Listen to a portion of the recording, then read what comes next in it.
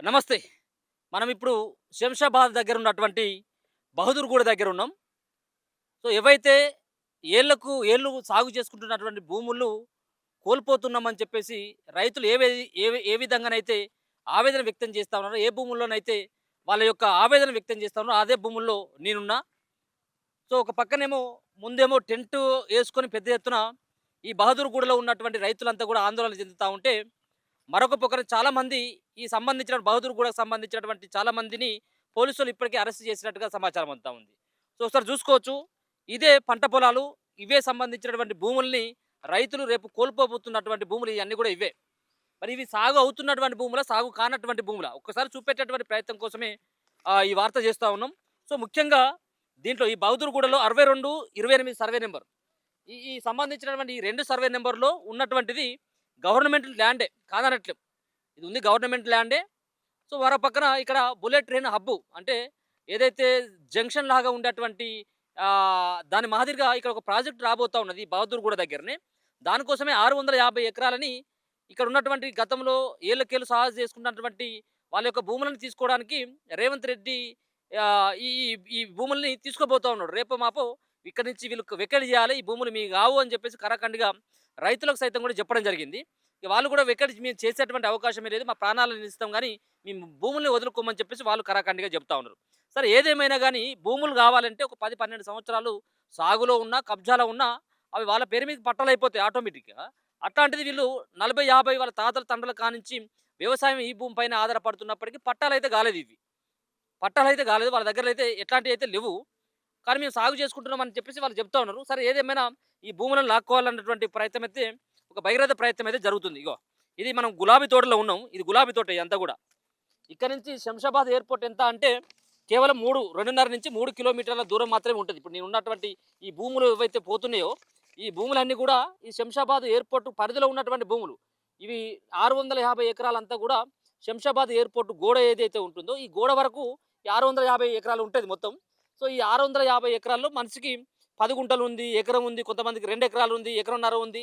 ఇట్లా చెప్పుకుంటూ పోతే చాలా వాళ్ళకి ఇటువంటి భూములున్నాయి. ఈ భూములలోనే చాలా మంది ఈ పూల తోటలు ఎక్కువ పెంచుతా ఉంటారు. ఈ పూల తోటలు గావచ్చు, కూరగాయల తోటలు గావచ్చు. ఇక్కడ ఎక్కడ చూసినప్పుడు కూడా వరి, మొక్కజొన్న అయితే నాకు దరిదాపులో కనపడలేదు. సో, ఇక్కడ ఉన్నటువంటి పంటలు మాత్రం కేవలం ఇక్కడ కూరగాయల తోటలు, అలాగే కొన్ని పండ్ల తోటలు, మరో పక్కన పూల తోటలు. ఇవి మాత్రమే కనబడుతున్నాయి. ఈ భూములే. ఈ భూముల విలువ ఎంతుంటుందో తెలుసా ఇక్కడ? ఎందుకంటే శంషాబాద్ ఎయిర్‌పోర్ట్ దగ్గర ఉంది. అలాగే హైవే రోడ్ దగ్గర ఉంది. ఇదంతా ఉంది కాబట్టి ఒక్కొక్క సంబంధించినటువంటి ఎకరం భూమి దరిదాపుగా 15-20 కోట్ల రూపాయలు ఉంటది. ఒక ఎకరానికే. ఒక ఎకరానికే. ఇక్కడ ఉన్నటువంటి వాళ్ళే చెప్తా ఉన్నారు. 15-20 కోట్ల రూపాయల భూమి ఉంటది. మాకేమో 200 గజాల జాగా ఇత్తం, 300 గజాల జాగా ఇస్తాం అని చెప్పేసి ఏదో నామమాత్రపు ప్రకటన మాత్రమే చేస్తున్నారు. అది కూడా భరోసా లేనటువంటి ప్రకటన చేస్తున్నారు. కాబట్టి మాకు అట్లాంటి భూములు అవసరం లేదు. సో, కోట్ల రూపాయల విలువ చేసిన భూములను మేము ఎట్లా వదులుకుంటామని చెప్పేసి ఒక పక్కన కన్నీళ్లు గారుస్తా ఉన్నారు. మరొక పక్కన వాళ్ళు ధర్నాలు చేస్తా ఉన్నారు. సో, చిన్న పిల్లల కానించి వాళ్ళంతా కూడా టెంట్ల కిందనే వాళ్ళు ఉదయం నుంచి కూడా అక్కడనే వాళ్ళ యొక్క నిరసనను వ్యక్తం చేస్తా ఉన్నారు. మేము ఎట్టి పరిస్థితుల్లో రేవంత్ రెడ్డి గారు మీకు దండం పెడతామని చెప్పేసి అంటా ఉన్నారు. అవసరమైనట్టయితుంటే మా మా ప్రాణాలను మేమన్నా తీసుకుంటామని చెప్పేసి కూడా హెచ్చరిస్తున్నటువంటి పరిస్థితి కనబడతా ఉంది. ఇప్పటికే ఈ భూములకు అందరికి కూడా ఇప్పుడే ఇప్పుడిప్పుడే హైడ్రా సంబంధించినటువంటి అధికారులు గాని, కొంతమంది యంత్రాంగం అంతా కూడా ఈ భూముల్లోకి ఇక రేపటి నుంచి ఇక రాకూడదు. మొత్తం అంతా కూడా ముళ్ళ కంచెలేస్తున్నారు. నేను ఆ ముళ్ళ కంచెలు కూడా ముందు చూపెడతా. ఆ రోడ్డు నుంచి ఇటువైపు ఇగ మొత్తం ఇగో ఇటువంటి ముళ్ళ కంచెలు కనబడతా ఉన్నాయి. ఇదేవైతే ఈ కన్నీళ్ళు రైతులు ఏవైతే నాటుకున్నారో, సో, ఇంతకంటే పటిష్టంగా మొత్తం అంతా కూడా ఈ భూముల్లోకి రాకుండా కంచెను ఏర్పాటు చేస్తా ఉన్నారు. ఒక ఫెన్సింగ్‌ని అయితే ఏర్పాటు చేస్తున్నారు. చూసుకోవచ్చు బొప్పాయి తోటలు కావచ్చు, ఇక్కడ వేరే మడులు కనబడతా ఉన్నాయి. ఇవి కొంత నారుమడులు ఆడ కనబడుతున్నాయి. ఇక మిగతా ఏమో అక్కడక్కడ కూరగాయలకు సంబంధించినటువంటి ఆ తీగలు కూడా కనబడుతున్నాయి. ఇక అటు పక్కనేమో కొన్ని పండ్లకు సంబంధించినటువంటి చెట్లు కూడా కనబడతా ఉన్నాయి. ఏది నేరేడు చెట్లు కావచ్చు, మామిడి చెట్లు కావచ్చు, జామయి అలాగే పనసకు సంబంధించినటువంటివి కూడా ఇవంతా కూడా కనబడతా ఉన్నాయి. ఇవంతా కూడా ఎన్నో ఏళ్లుగా ఇవే ఈ ఈ తోటల పైన మేము ఆధారపడుతున్నాం. తెల్లారి లేసినట్టయితుంటే మా కుటుంబం, మా చిన్న పిల్లలతో సహా మేము ఇదే తోటలోకొచ్చి ఈ పూలు తెంపుకొని పక్కనున్నటువంటి ఈ సిటీకి దగ్గరికి వెళ్ళి మేము అమ్ముకుంటాం. సో, రాత్రి పూట మేము తెంపేసి ఉదయం వరకు మేము వెళ్ళి వీటన్నిటి కూడా అమ్ముకొని మా జీవనాన్ని కొనసాగిస్తామని చెప్పేసి వాళ్ళంతా కూడా చెబుతున్నారు. ఈ భూములే అన్నీ కూడా పోయేటియి అంతా కూడా.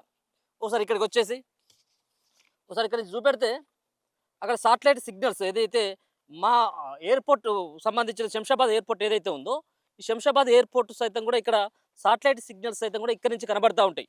అంటే 2, 2:30 నుంచి ఒక 3 కిలోమీటర్ల దూరం మాత్రమే ఉంటది. ఈ రోడ్డుకి, ఈ బహదూర్‌పురకి అలాగే ఇక్కడ ఉన్నటువంటి ఏదైతే బహదూర్‌గూడకి, అలాగే శంషాబాద్ ఎయిర్‌పోర్ట్‌కి ఇట్లా వెనకాల నుంచి అయితే ఒక 3 కిలోమీటర్ల దూరం మాత్రమే కనబడతా ఈ దూరం ఉంటా ఉంటది.